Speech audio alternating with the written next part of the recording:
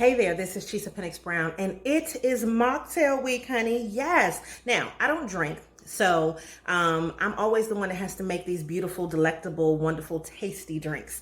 And if you want to add alcohol to them, you can. But a lot of you may be doing a dry January. Some of you may be trying to get sober. Some of you, you just don't like the taste of alcohol. And so you want something that's different. You don't want to just keep drinking soda and the regular juices. You want to spice them up. You want to give them a little razzle dazzle. So what I want you to do is join me, because we are going to give you recipes, and I'm going to make some razzle dazzle with you, and you will be able to experience some of my favorite mocktails. So stay tuned and keep looking and follow Chisa Pennix-Brown, and you will be able to check these out. You can also go to chisatv.com, subscribe now, so that you can see each one of our videos. And I look forward to seeing you and sipping with you. Let's sip something.